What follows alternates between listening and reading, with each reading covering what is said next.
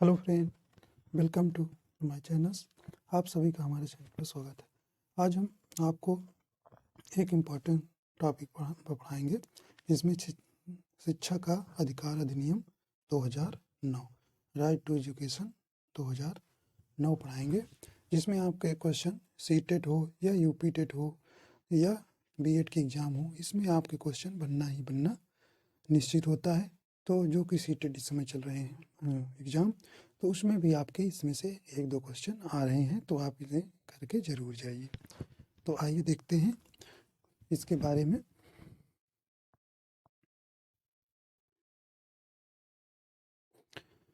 देखिए,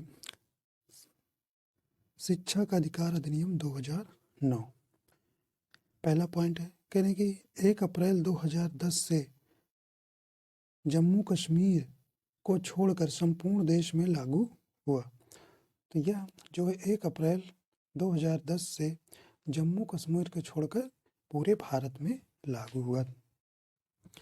फिर कह रहे हैं, दूसरा पॉइंट कह रहे हैं कि इसमें 7 अध्याय, 29 धाराएं तथा एक अनुसूची है।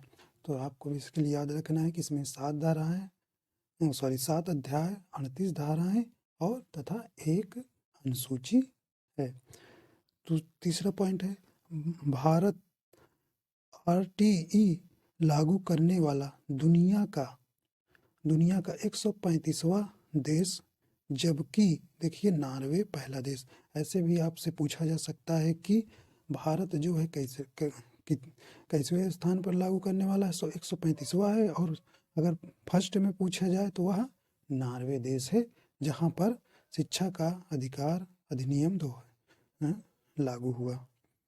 दूसरा कह रहा है, चौथा नंबर कह रहे हैं कि आरटीई 2009 जो है 20 जुलाई तथा 4 अगस्त 20 जुलाई तथा 4 अगस्त को क्रमशः लोकसभा एवं राज्यसभा में पास हुआ।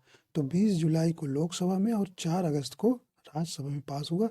इसे लाने के लिए दिसंबर 2002 में भारतीय संविधान के 86वां संविधान संशोधन किया गया था। तो ये आपको जरूर याद रखना है कि जो शिक्षा का अधिकार अधिनियम है वो संविधान के कौन से संशोधन द्वारा लाया गया था। तो याद रखना 86वां संशोधन द्वारा, और कब लाया था, 2002 में। इतनी बात आप इसमें मेनली मुख्यतः याद जरूर रखना है। आगे देखते हैं। अगला है प्रमुख प्रावधान। देखिए इसमें क्या क्या प्रावधान किए गए थे। प्रमुख प्रावधान, पहला प्रावधान देखिए, पहला है, यह अधिनियम 6 से 14 मतलब 6 से 14 वर्ष की जो है बालकों के प्रारंभिक शिक्षा के लिए, जबकि दिव्यांगों के लिए इसकी उम्र जो है 6 से 18 वर्ष की गई है। कहने का मतलब 6 से 14 वर्ष के बच्चों को निःशुल्क और अनिवार्य शिक्षा का प्रावधान किया गया है, और इसमें जबकि दिव्यांग बच्चों के लिए उसकी उम्र जो है 6 से 18 वर्ष रखी गई है। तो कह रहे हैं कि प्रवेश का आधार बालक की उम्र होगा।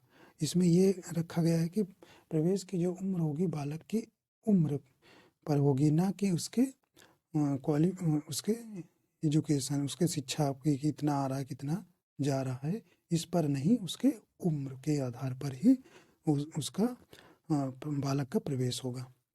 तीसरा पॉइंट कह रहा है, बालक कह रहे निष्कासन और अवरोधन पर रोक, शारीरिक दंड तथा मानसिक प्रताड़ना पर रोक।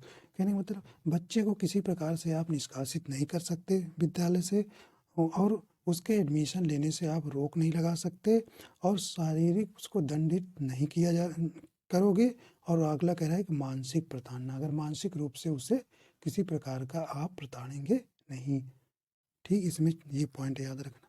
अगला कह रहा है कि बालक को किसी भी स्कूल में स्थानांतरित होने का अधिकार, स्थानांतरण प्रमाण पत्र न देने पर कानूनी कार्रवाई होगी।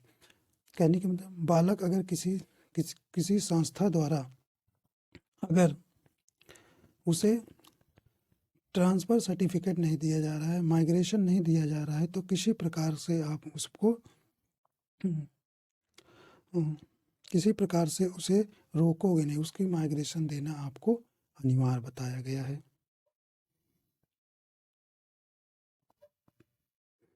अगला पॉइंट देखिए,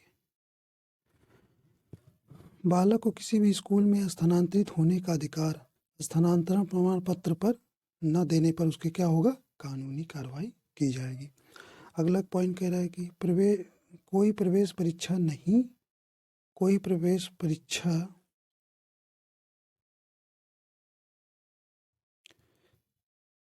कोई प्रवेश परीक्षा नहीं तथा किसी भी प्रकार का प्रवेश शुल्क नहीं, ऐसा करने पर कानूनी कार्रवाई। कहने की प्रवेश परीक्षा नहीं मतलब कि बच्चे की कोई भी प्रवेश परीक्षा नहीं, एंट्रेंस मतलब नहीं देना है, सीधा डायरेक्ट आपको एडमिशन बच्चे को लेना है, किसी भी प्रकार का प्रवेश शुल्क भी आपको नहीं ले। अगर ऐसा कोई विद्यालय करता हुआ पाया जाएगा तो उस पर कार्रवाई की जाएगी। शुल्क नहीं, ऐसा करने पर कानूनी कार्रवाई की जाएगी। अगर पैसा मांग रहा है या प्रवेश मांग रहा है कि प्रवेश पहले लेंगे, एंट्रेंस लेंगे तभी एडमिशन लेंगे, तो इस प्रकार करेगा तो उसको कानूनी कार्रवाई होगी।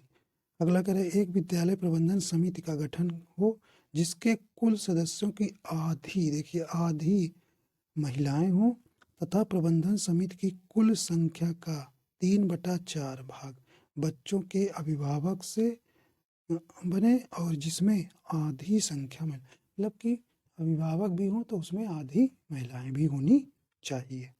आगे चलते हैं, 7 पॉइंट नंबर देखिए,